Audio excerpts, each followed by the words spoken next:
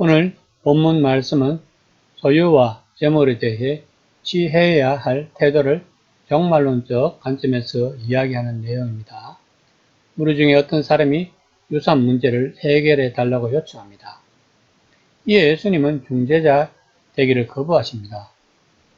예수님은 왜 중재자 되시기를 거부했을까요? 우리들은 예수님의 사역 중 병 고침과 귀신을 물리치는 축기 사역에 대해서 알아야 할 것이 있습니다. 그 당시 예수님에게 병 고침 받은 사람들은 대부분 공동체에서 추방이 된 자들입니다. 손발이 상한 자, 혈류병 환자, 운동병자, 귀신 들린 자들은 불의한 자들로 규정이 되어서 공동체에서 추방이 되었습니다. 다시 말하면 이들은 죄인 취급을 받았던 것입니다. 예수님이 이들을 치료했다는 것은 이들에게 죄 용서를 하고 다시 하나님 나라의 공동체의 일원으로 복귀를 시켰다는 것입니다. 그런데 사람들은 예수님이 단순히 자기들의 필요로 채워주시는 분으로 알고 있습니다. 다시 말하면 예수님을 무슨 알라딘 요술 램프처럼 여겼다는 것을 이야기하고 있는 것입니다. 누가는 분명히 말하고 있습니다. 예수님은 우리들의 생사화복을 위하여 오신 분이 아니라는 것을 강조하고 있는 것입니다. 15절 말씀입니다. 그들에게 이르시되 상과 모든 탐심을 물리치라. 사람의 생명이 그 소유에 넉넉한 데 있지 아니하리라 하시고, 예수님의 대답은 탐심을 이야기하고 있습니다. 인간의 탐심은 어디서 나오는 것일까요? 또한 탐심은 10계명 중 마지막 계명입니다. 이 탐심은 우리 인간의 본능입니다. 이 본능을 이겨야 하는 것은 우리들의 힘으로는 어렵습니다. 그런데 예수님은 탐심을 물리치라고 말씀을 하고 계십니다. 그러면서 부자 농부에 대하여 이야기를 하십니다. 부자 농부는 풍성한 소출을 얻는 행운을 얻었습니다. 그러자 탐심이 발동해 곡간을 헐고 더 큰 곡간에 곡식과 물건을 저장하려 합니다. 더 큰 곡간을 만들어 평안히 쉬고 먹고 마시고 즐거워할 마음에 부풀러 올랐다고 20절에서 말씀하고 있습니다. 그러나 하나님이 그의 영혼을 데리고 가신다면 그가 준비한 재물은 누구 것이 되겠냐고 질문하십니다. 21절 말씀입니다. 자기를 위하여 재물을 쌓아두고 하나님께 대하여 부여하지 못한 자가 이와 같으니라. 결국 탐심은 하나님과의 관계에 있다고 성경은 말하고 있습니다. 다시 말하면 하나님의 계명은 우리가 하나님과의 관계가 회복이 되어야지 지킬 수 있다는 것을 이야기하고 있는 것입니다. 예수님은 우리와 하나님과의 관계를 회복하기 위하여 우리의 죄 용서를 위하여 오신 것입니다. 그러므로 예수님은 중풍 환자를 치료하시고 너의 죄가 사해졌다고 하신 것입니다. 22절 말씀입니다. 또 제자들에게 이르시되 너희 목숨을 위하여 무엇을 먹을까? 몸을 위하여 무엇을 입을까? 염려하지 말라. 제자들은 3년 동안 예수님을 따라다녔습니다. 그런데도 제자들은 그의 마음 안에는 염려가 가득하다는 것을 예수님은 말씀하고 계십니다. 이처럼 제자들은 3년을 예수님을 따라다녔지만 그들은 성령 세례를 받기 전에는 예수님을 따라다니던 무리들과 별반 다를 바가 없다는 것을 성경은 이야기하고 있습니다.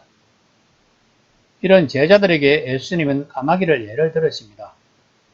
그 당시 까마귀는 욕심이 많고 쓰레기를 뒤적이는 불길한 새로 인식이 되었습니다. 이런 까마귀도 하나님이 돌보시는데 하나님은 너희들을 버리시지 않는다는 것을 이야기를 하십니다. 이는 제자들뿐만 아니라 무리들에게 하신 말씀입니다. 더 정확하게 누가 공동체에게 성경은 말하고 있는 것입니다. 25절에서 26절 말씀입니다. 또 너희 중에 누가 염려함으로 그 길을 한 자라고 더할 수 있느냐? 그런즉 가장 작은 일도 하지 못하면서 어찌 다른 일을 염려하느냐?